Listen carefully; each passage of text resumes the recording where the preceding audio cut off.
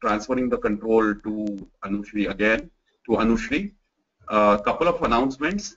One is you can ask the question answers in the question answer tab, and we will try to take it later offline or maybe during the webinar if it is very relevant for you to understand. You can also ask us the question on Twitter, and the hashtag is CSI Mumbai.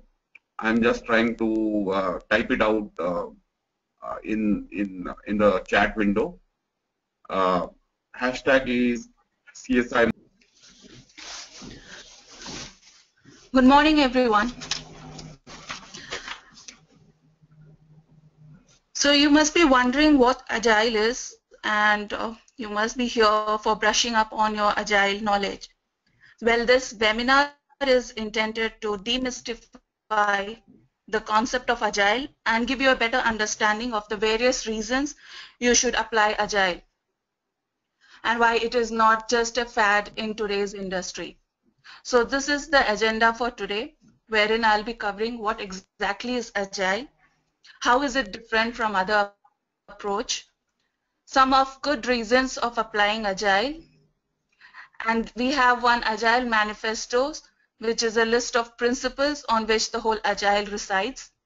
Then how does exactly Agile work? And finally, if time permits, a small topic on Agile requirement. So before I go dive deeper into the topic of this particular agenda, I would like to seek your help in helping me solve one of my friend's query. He is facing one problem, so I'll be giving you an option and asking you to seek and select one of the options from that. So my friend, he has recently purchased a land in a nice neighborhood. He would like to construct his dream house there. So for doing so, he has approached two builders. The first builder has given him an option that he will build the house in just one go. In this option, my friend has to pay the whole amount at one go. There is no chances of returning back his payment. And my friend, in the very first place, he has to agree on the design and the requirement of the house. So there is no turning back on the scope of the requirement of the house. And also, my friend can only see the end product, that is the whole house, only after the builder has completed the whole development, that is after an year or so. This way, he can move to his new house only after the whole completion is completed. The completion of the whole development is completed. Moreover, he has also got a second option from a builder 2 who has given him the option that he can build the house in multiple go. By multiple go, my friend has an option of defining his priorities and also asking the builder to build what he likes the most in the house, what is more important to him. And moreover, he also has a chance to come back and cancel the design and the contract and the price. So he can just pay the builder on the amount which the builder has built the house till date. This way, my friend has an option to change the design and the scope and come up with any suggestions and keep him up to date with the market. Also, the builder has given him an option that after every 2 weeks, he can come and inspect the house and make and suggest any suggestion to the house. This way, he can move into house even before the build has completed. So this is the second option. I hope you are clear with the builder 1 and builder 2. So now I ask you to select what would you think is the most preferable option for my friend. Is it builder 1 or builder 2? So here goes the poll.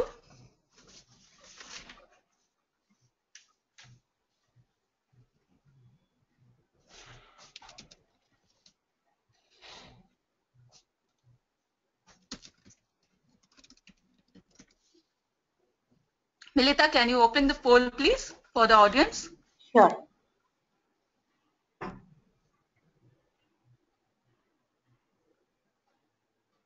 So we got 80% vote.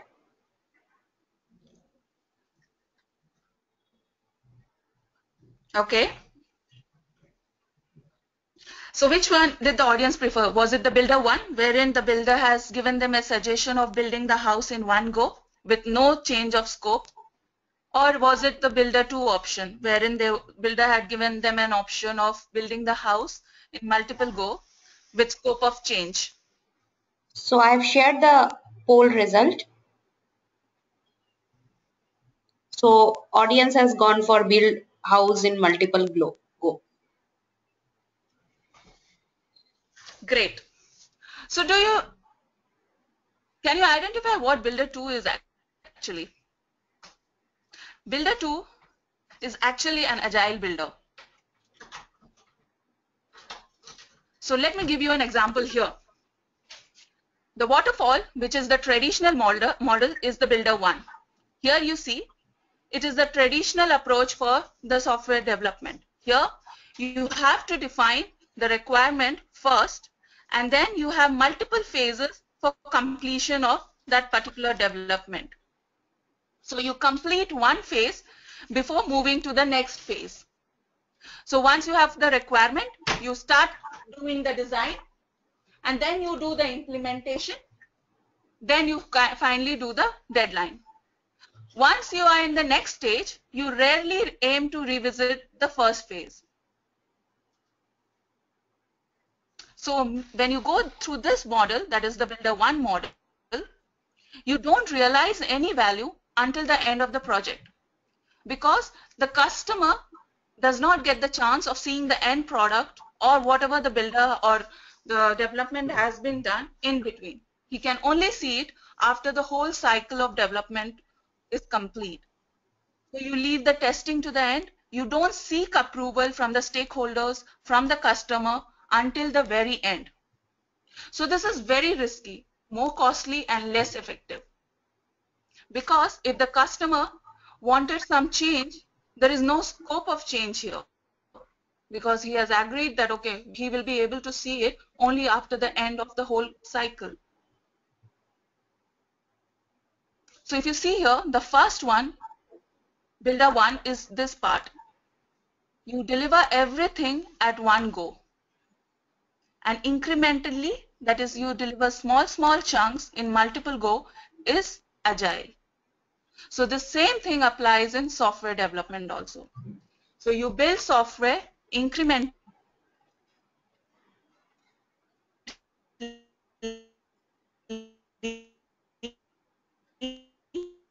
from the start of the project instead of trying to deliver it all at once. So by this, you deliver what are the priorities of a customer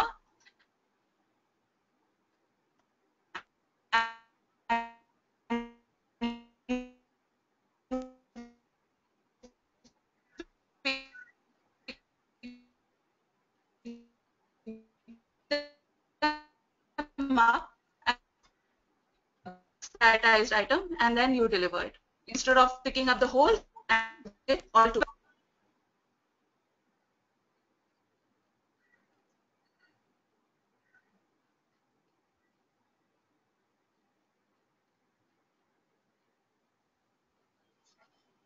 So how is it different? Here the planning is adaptive. You can change, improve the scope, the requirement can change. It can suit the customer and the customer is more satisfied. You don't have to abide to one particular requirement till the end of the project. In software industry, they say that roles blur in agile. Mostly in the traditional approach, you must have seen that, okay, there is a developer who does the development, there is a tester who does the testing, you have a business analyst, you have a project manager, but this is not there in agile. Of course, you have the roles, but they all work together as a team. So a business analyst can also perform a role of a tester to just improve his particular project. So they work as a team here. That's why we say that roles blur in agile. And one of the most main feature of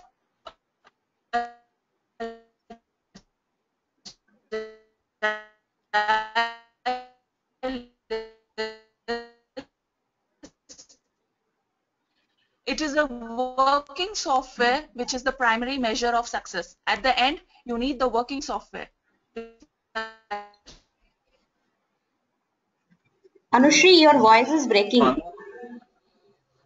Which I gave you earlier. Anushri, your voice is breaking. Can you repeat the previous slide?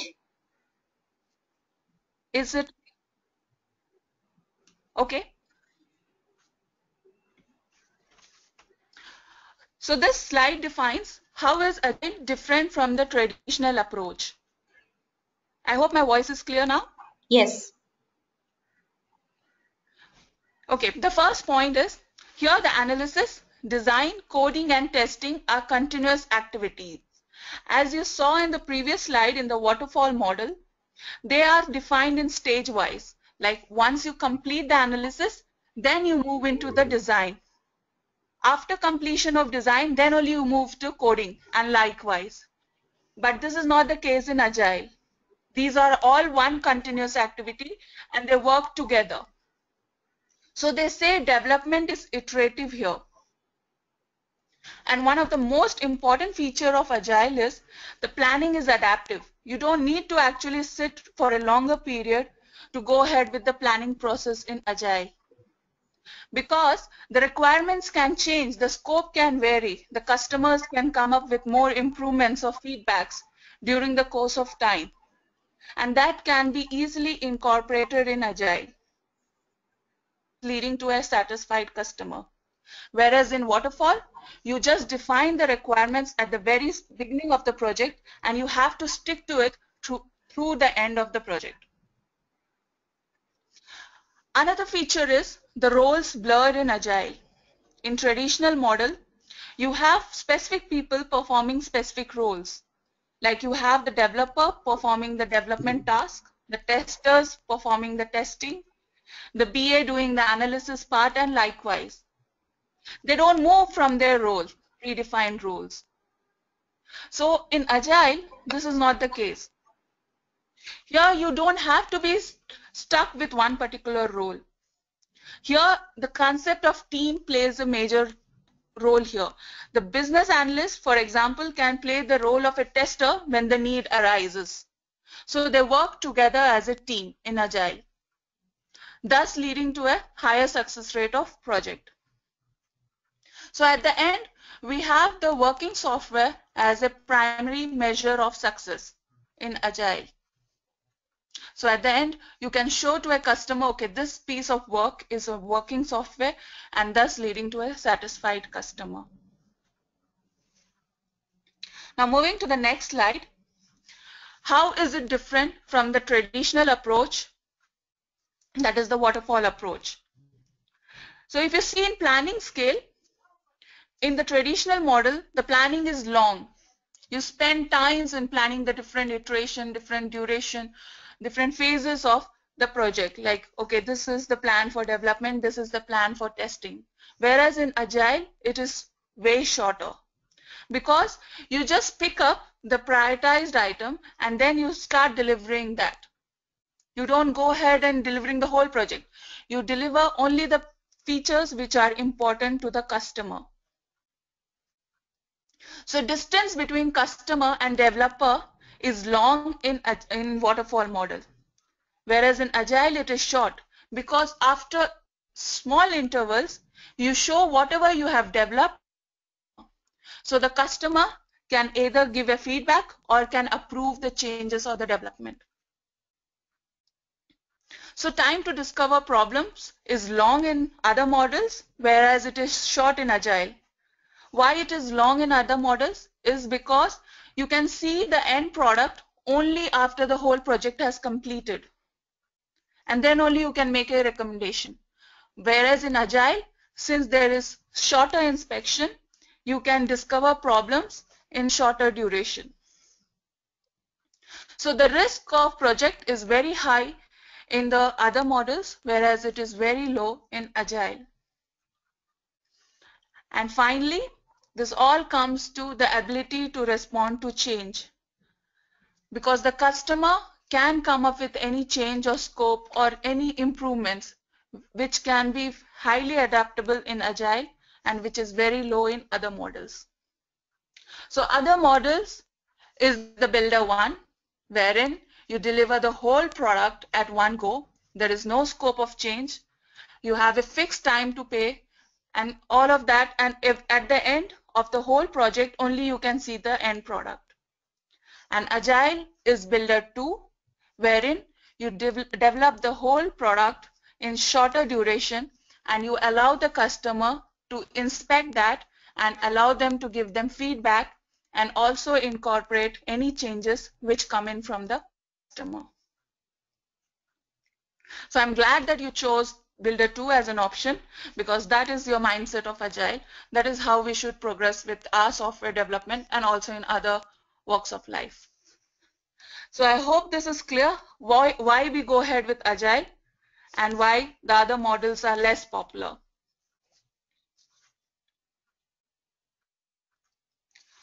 So some of the reasons of applying Agile.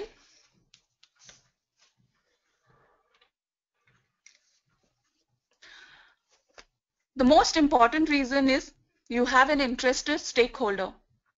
That is, the customer is very much interested in the project because he knows what is being developed. He is shown what is being developed in shorter duration. Thus, we lead to a very highly satisfied customer. Also, we have a productive team. As I said, roles blur in Agile. You have a very highly productive team.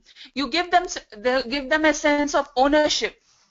You don't have somebody like a project manager managing them, because here the feeling of empowerment is there in the team. Hence, you have a very high productive team. Speed to market is, since you develop the small chunks of project in shorter duration, you can easily release it to the market. Instead of waiting for a longer duration and delivering the whole chunk at the end, you can deliver shorter chunks of projects in short duration. So that's leading to speed to market.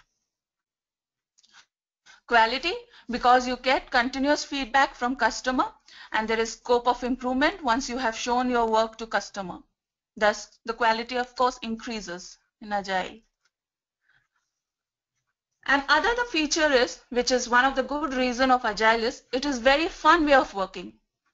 There are different ceremonies, the way of conducting meetings, all of that. We have very nice games and innovative ways of implementing all that.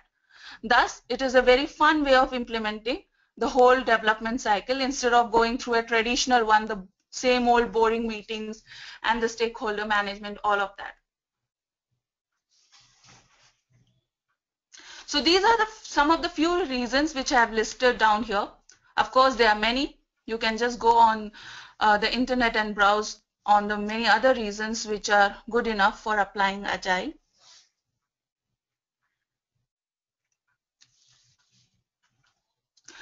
With Agile, you must have heard of Scrum, you must have heard of Kanban, Lean, XP. These are nothing but different frameworks which fall under the Agile umbrella. So based on your project or on your requirement, you can choose any of the frameworks which actually suits you. Like for example, you have various models of washing machines like front door, all of that, top loading. But based on your requirement, you actually pick up the most model which is actually suiting your criteria. So same thing applies here. Based on the various list of frameworks which the Agile has, you can pick up the ones which actually approaches to your particular project. So if you see the left-hand side are the lightweight approaches, that is the Scrum, Lean software, Kanban, extreme programming, and some of the continuous integration, feature-driven development, TDD, crystal clear. These are very lightweight approaches which we have seen in a very successful project in nowadays. Whereas in a fuller approach, you have DSTM, OpenUP, SAFe, DAD, and so on.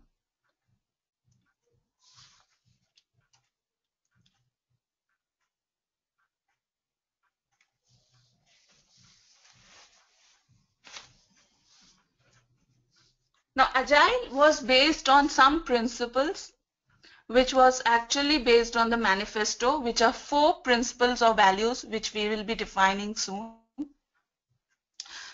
The first one states that individuals and interactions over process and tools. By this, I mean that the value is given directly to the individuals or to the team, that we place our trust directly on the team, on the individuals in the team and how they interact. Team can figure out what is to be done and how to do it in the very best way they can do it. So they take responsibility, they take the ownership of that, instead of just relying on process and tools. Of course, you have process and tools to complement the teams in the project, but at the end, it's the individuals and teams whom we actually trust and give more value to. The second one is working software over comprehensive documentation. By this, I don't mean that we don't have documentation in Agile. Of course, you have documentation, but instead of lengthy ones, you just have just enough documentation to specify what product it is. You have to have a working software to show to the customer. What is the need of having a document whereas your software is not working? If you actually gave more importance to documentation, then it would be documentation development, not software development. The third one is customer collaboration over contract negotiation. By this, I mean there is a scope of change and of requirement change coming in from customer. So we give more value to the collaboration of customer rather than relying on the contracts and all of that. Finally, responding to change over following a plan. Of course, we have a plan in Agile also, but the plan is so that it is easily adaptable to any change which is coming in. So these are some of the values on which the whole Agile is based on. The left one you see, the blue ones, we give them more value. The right ones, the gray ones, we give them value, but not to the extent of the bluer ones.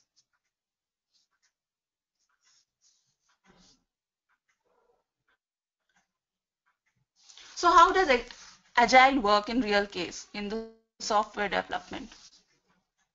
The first part is you make a list. You get the list from the customer. You break down the project into small functionalities called as user stories. You prioritize them. The second one is you prioritize them. You ask customer to prioritize the list of requirements. What is most important for the customer to deliver first? So you keep them on the first, and likewise the least important are in the last. So you pick up the highly prioritized and important item for development. Then you do the sizing, you do the estimation, you pick up the highly prioritized and you start working on them. As you're working on them, you get continuous feedback from the customers. So that if there are any changes or any improvements, you can incorporate them during the build process.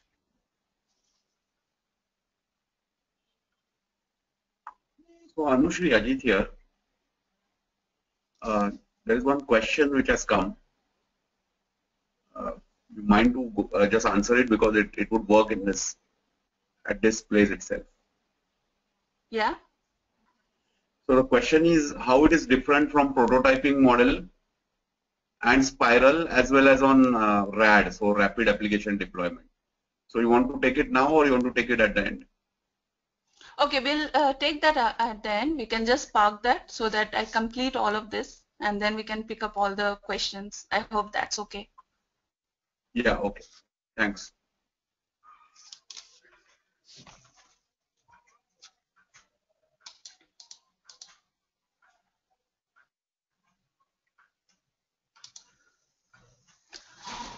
So the requirements in Agile, they are listed down as, there are different levels of, or you can say the hierarchies in Agile requirement. First, you have the theme, that is the area or the product of the system, like the whole vision or the whole vision of the strategy of development of that product is called as a theme. Then you have the features. From the themes, you derive the features. This is the enhancement or some of the feature values which can add to the customer. And then finally, from features, you derive the user stories. And from user stories, you define the task. I'll give you a real example. Like if you have a look here, if you consider any of our e-commerce website, so the theme will be, for example, if I take an Amazon, the theme would be to build an e-commerce website. Now the epic would be to build the payment gateway. The second epic would be to list down the products based on various criteria. Based on the epics, you derive the user stories. For example, the epic of building the payment gateway, you have the user story of there should be an option of PayPal. There should be an option of credit card payment, and likewise. These are the user stories. And from the user stories, you define the tasks. Like tasks would be like for payment gateway, you had the epic. Then the credit card payment was the user story. And from the user story, you had the task that, okay, you should have the credit card payment by Visa card. Second task would be to allow the credit card payment by MasterCard, and likewise. If you see, you are just splitting and subdividing all of this into multiple levels of requirements. So on a product level, you have the theme, and on a release level, you have the epics or the features. And on the sprint level, you deliver the stories or the user stories. And daily, the team works on the various tasks.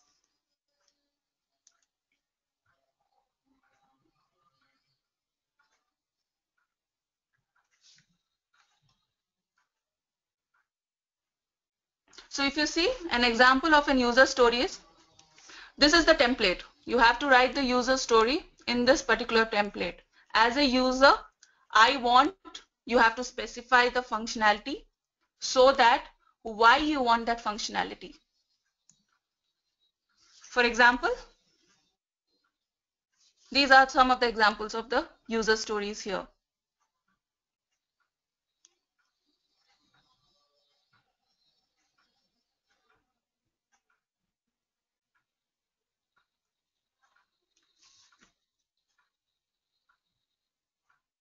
Clear?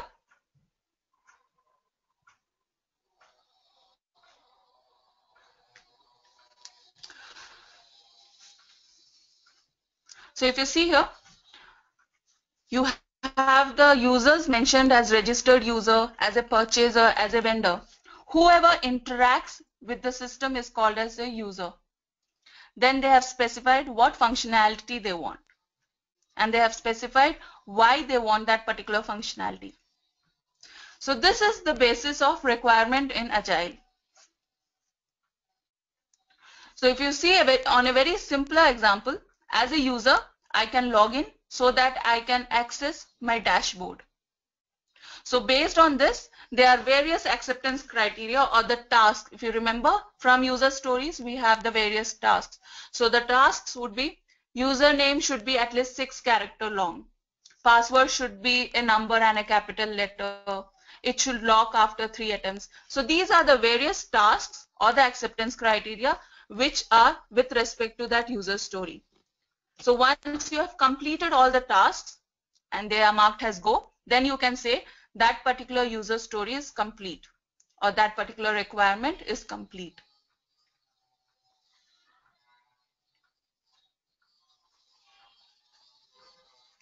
So the acceptance criteria is used to confirm that a story is completed and it is working as intended. So when you are defining the requirement, you have to define the acceptance criteria with the customer beforehand. So it helps to collaborate between the development team and the customer and the product owner to reduce any ambiguity between the development.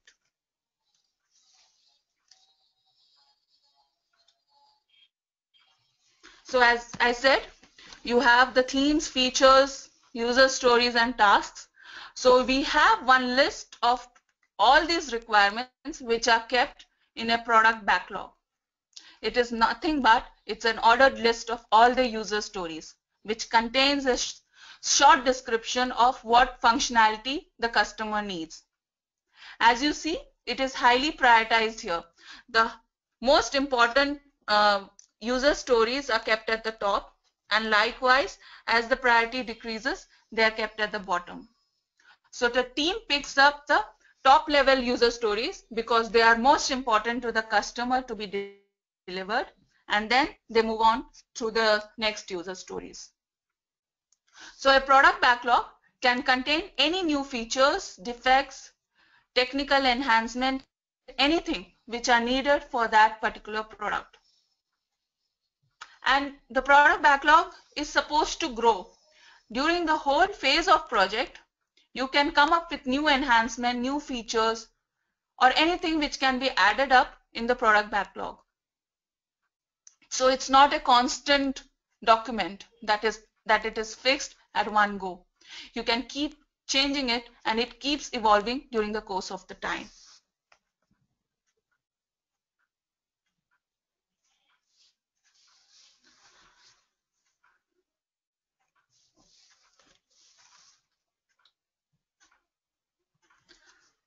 Okay, so we are open for any questions.